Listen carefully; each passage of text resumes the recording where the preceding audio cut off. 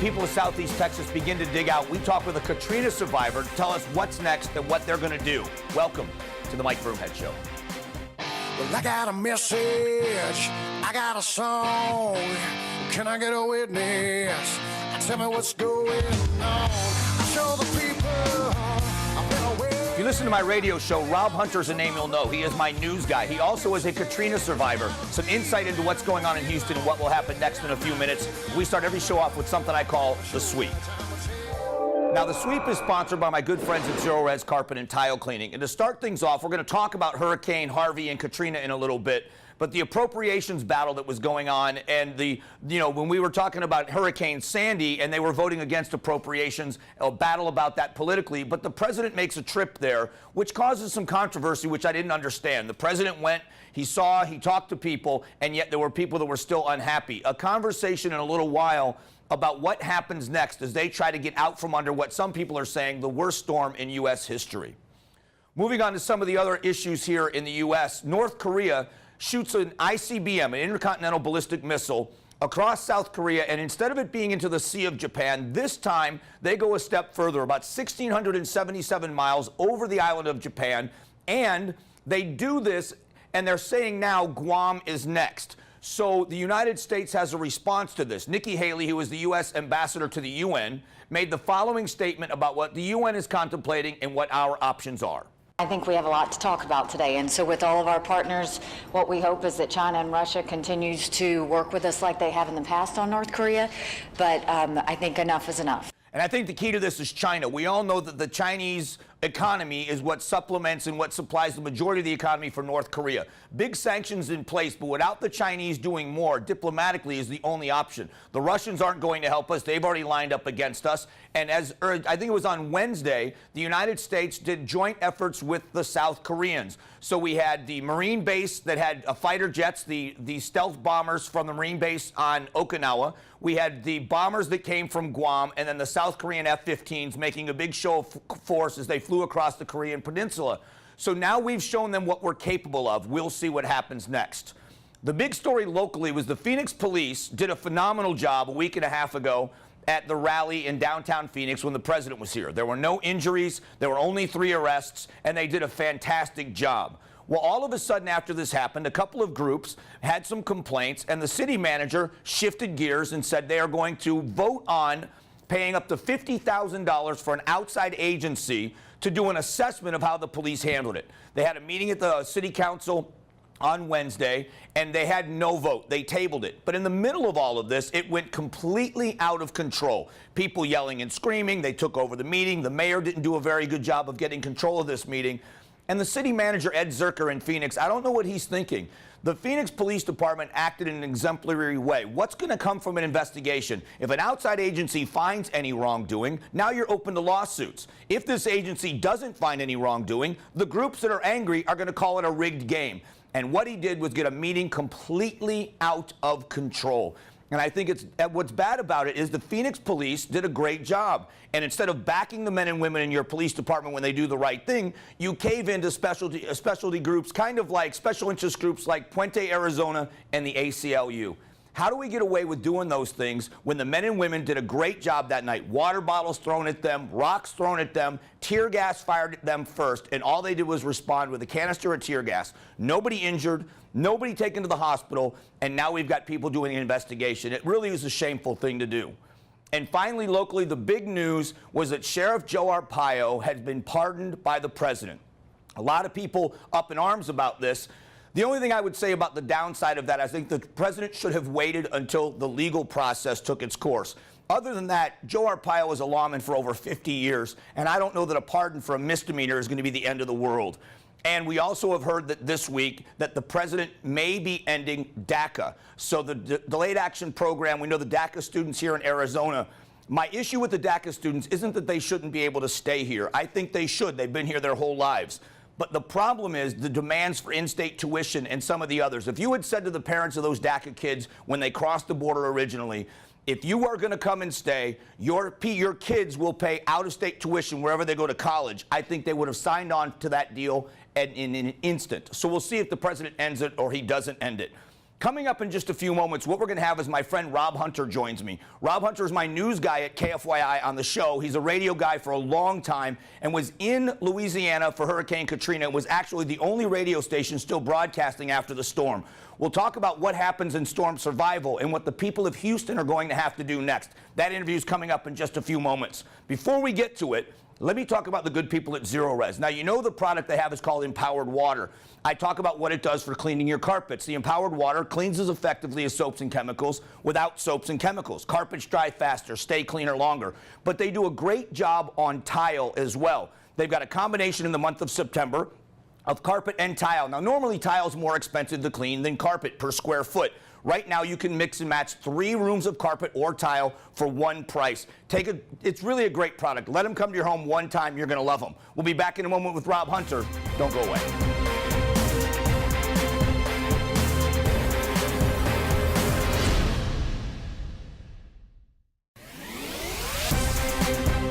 This past week was the anniversary of Hurricane Katrina, and of course we know about Hurricane Harvey. Well, Rob Hunter, my news guy on our show at KFYI, we've talked about this before, but not a lot of people realize here in the Valley that you came here from Hurricane Katrina. Mm-hmm. And when you saw Hurricane Harvey, how much did it remind you of those days? Was it a flashback? Instant flashbacks. Things I haven't thought about in years. It's been 12 years since Katrina, and it was like, wow, this looks exactly like New Orleans looked in a lot of ways. I mean, Houston's a bigger city, more spread out city, but unbelievable. I know you and I have talked about it. So before we talk about Harvey and what they should expect, tell us a little bit about when you saw the storm was bearing down on you guys, being in the business you were in, of being news talk and making sure you had people informed. What was your mindset as the storm started to make landfall? And at what point did you wonder, did we do the right thing by staying here? Well, we thought we were doing the right thing right away because, you know, it's a public service, right? So when it all hits the fan, you got to be there and you got to broadcast. It's our civic duty, if you will. And I don't think we realized, well, maybe that wasn't the best idea until we lost power, right? So we lost power early in, but we had a generator. It was when the transmitter, which of course how the signal gets out, was located like east of us, east of New Orleans. It got completely destroyed. So there was no way for us to get back on the air. That's when we were like looking around at just water everywhere and going, how are we going to get out of here? And what did you do? What were those first hours and days like? Well, we waited because we weren't sure exactly what was going to happen, and the water level was too high to get anywhere, so we just waited it out. Now, we were lucky we were in a spot where the water level will decrease just enough for us to be able to get in an F-150, and we had rented an H3, a Hummer, because we had a national talk show host coming to town that same weekend. He was able to get out, but those car levels were just over the water, like the engines were, right. So we just piled in those and we just took off to Houston, of all places. Did you have supplies? Did you have food and water already stored up in the building you were in, or were you just kind of stranded without anything? Yeah, we just kind of, what we did is everyone who was there, and there was probably 10 of us in the building, so it was myself, my now wife Amy, my boss, and everybody's like significant others. So we brought all our food from our refrigerators thinking they were all going to not have any power, so the food's going to be bad anyway. So we actually ate pretty well for the first day. And then the second day we were like, okay, now what? Yeah. We only have one big jug of water. Now what do we do? So, and people were drinking it. I'm like, guys, we have to ration this. We don't know how long this is going to last or how long we're going to be here. How did you talk your wife into staying? I don't know. I mean, if she could have said, I knew you got to work, but I'll meet you in Houston. And I told her to go home because her parents live in Florida. So I was like, why don't you go drive to Florida? I don't know how bad this is going to be. She's like, I'm not leaving you. So I was like, all right, you're a keeper. No kidding. Yes, and I've met her, and I still don't know why she sticks around, well, to be honest. But neither do I. Why? Tell me about what it's like because you lived in New Orleans, and one of the things you've said to me that stuck with me is how quiet it got, that New Orleans was never quiet. Never. What was that like? Well, first of all, it was pitch black. Another thing New Orleans is not, it's pitch black. There was no power, and there was no sounds, not even any bugs or birds or anything. They had all gone or went into hiding or whatever. And it's just an odd feeling because you're sitting there in this radio station, you're with 9 other people, there's no power, you're just hanging around like, and you can't hear anything. And no cars, nothing. It's just the most bizarre thing. I mean, unless you're going to like Montana to do that on purpose, but in the hustling, bustling city of New Orleans, it's just odd. When did you start to get a grasp of the enormity of the devastation and how widespread that was? And that was the interesting part, too, because we didn't really know what was going on because we had no way to communicate. So ironically enough is when the clouds started to break up, our satellite came in on the TV, and we could see some of the images. We were watching Fox News, of all things, and we could see how bad it was as closer you got to downtown. And I don't think we realized the enormity of it until we had actually fled to Houston. And we were like, wow, this is because it was just water. We were driving past the airport out, and it was just water everywhere for miles. I want to talk about the response in Houston because you and I had talked a little bit about the governmental response from the city of New Orleans with the mayor and then the governor of Louisiana and how that response was. What was your impression of that? It seems like there's lots of lessons learned from the bungled attempt to have any type of response to Katrina. I mean, every level failed in there. The city of New Orleans failed, the state of Louisiana failed, the federal government basically failed, and eventually took a while to get things going, and it was okay. But Houston seems like, at least at face value, what are we, 7-8 days into this, that the response is much better, much more organized than it was in Katrina. So there was definitely lessons learned. So I want to talk to you about that. In a moment when we get back, Rob, I'm going to talk with Rob about watching what's going on in Houston and then some of what they can expect, because we have no idea. But for someone who spent those first days in Louisiana, we're going to get some insight. So we'll be back in a moment with Rob Hunter.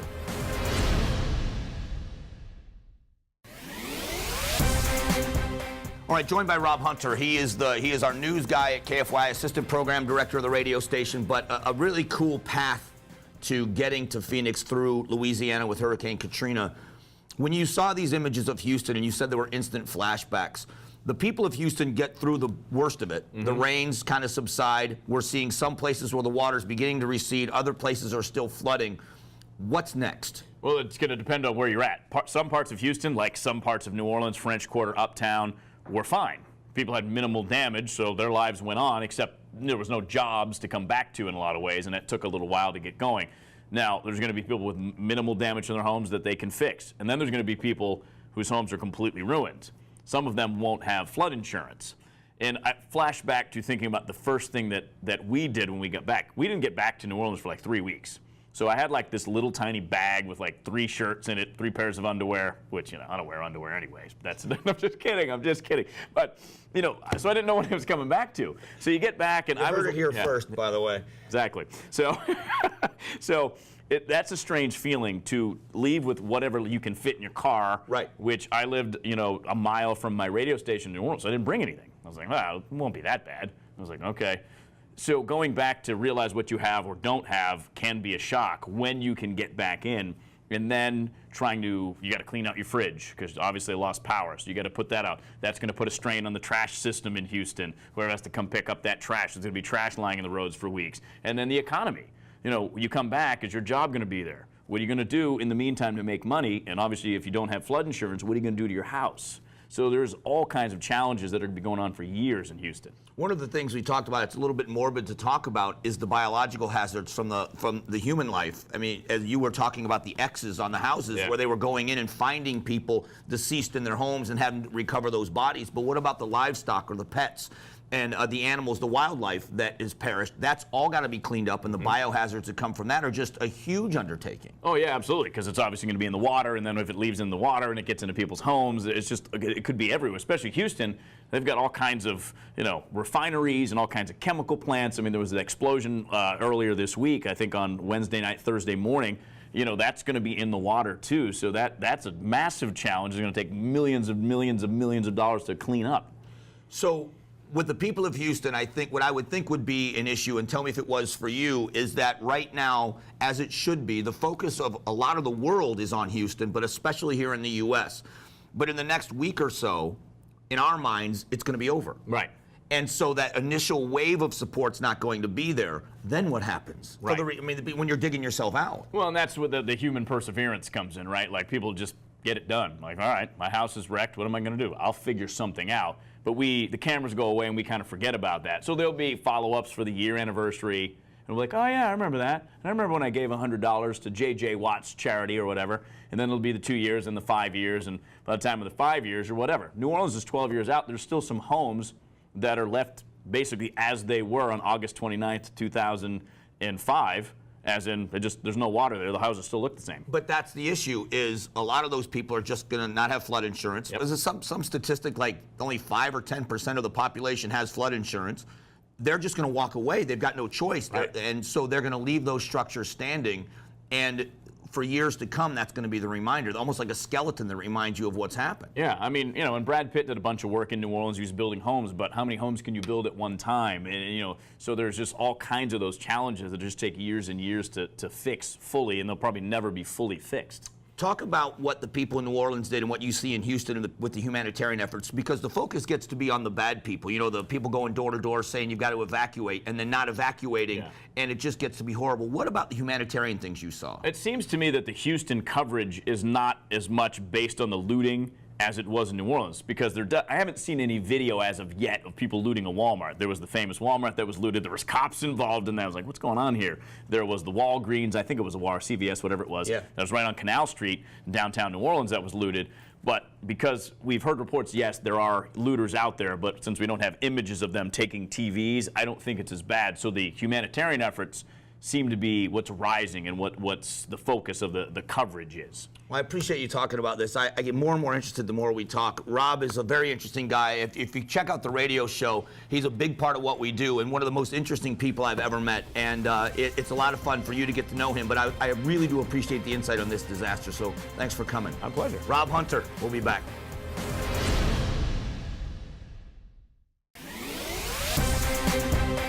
Welcome back. It's time for one of my favorite parts of the show. We call it From Arizona for America. It's our way to congratulate and thank the fine Arizona men and women who have recently graduated from boot camp and are now serving in our country's military. So please join me in honoring Airman First Class Marcus Wallace from Primavera High School in Mesa, Airman Ryan Gaxiola from Siloam High School in Siloam, and Airman Samuel Vance from Kingman High School in Kingman. For a list of more of our friends and neighbors that are from Arizona for America, go to the Mike Broomhead page at aztv.com. We'll be back in a minute with Broomhead's Best and hashtag this. Don't go away.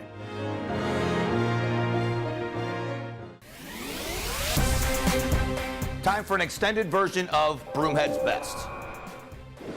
What else could it be this week except Captain Coyote Shane Doan? He retires after 21 years with the Coyotes. Career numbers, 1,540 regular season games, 402 goals, 570 assists, 972 total points. This guy is a legend and a first ballot Hall of Famer, but a great guy. Some of my best times have been interviewing Shane Doan. I want you to watch this as Shane Doan talks to me about being a mentor to the younger players that came along.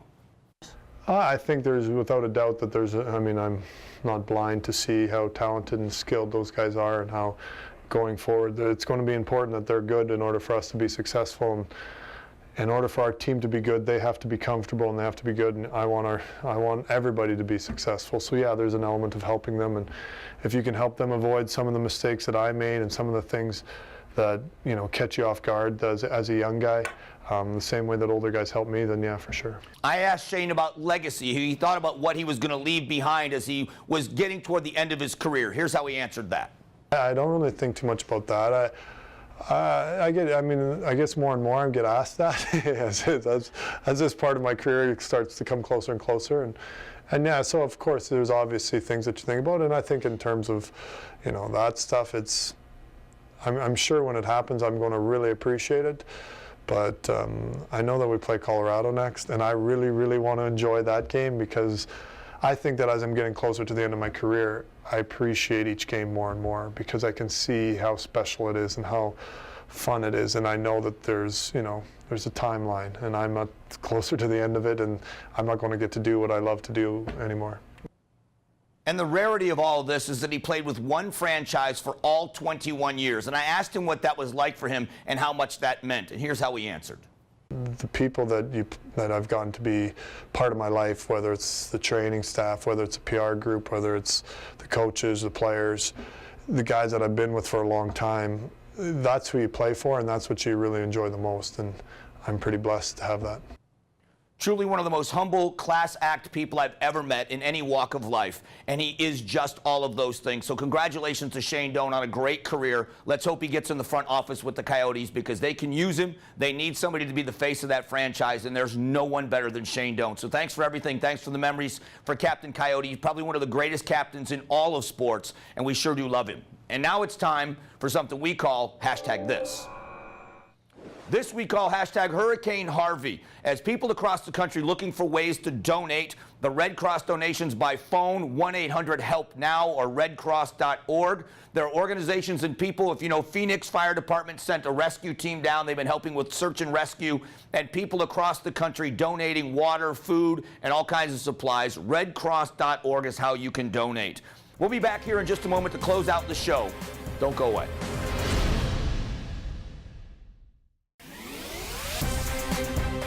Hey, before we close out the show this week, I want to go back to something I talked about in the sweep, and that was the meeting in the city of Phoenix about the police department and the way they handled the Trump rally in Phoenix. I talked with the PLEA president. His name is Ken Crane, and that's the Phoenix Law Enforcement Association. I talked with him about that meeting, and he said something very profound. He said the people of Phoenix need to decide what kind of a police agency they want, because we're turning into Berkeley. If you want a police agency that stands back and watches people violently clash in the streets, then we'll get a police agency that does that. If you want to handle things the way the Phoenix PD did, great restraint, they reacted when they needed to, and they only used the amount of force they needed to stop the situation.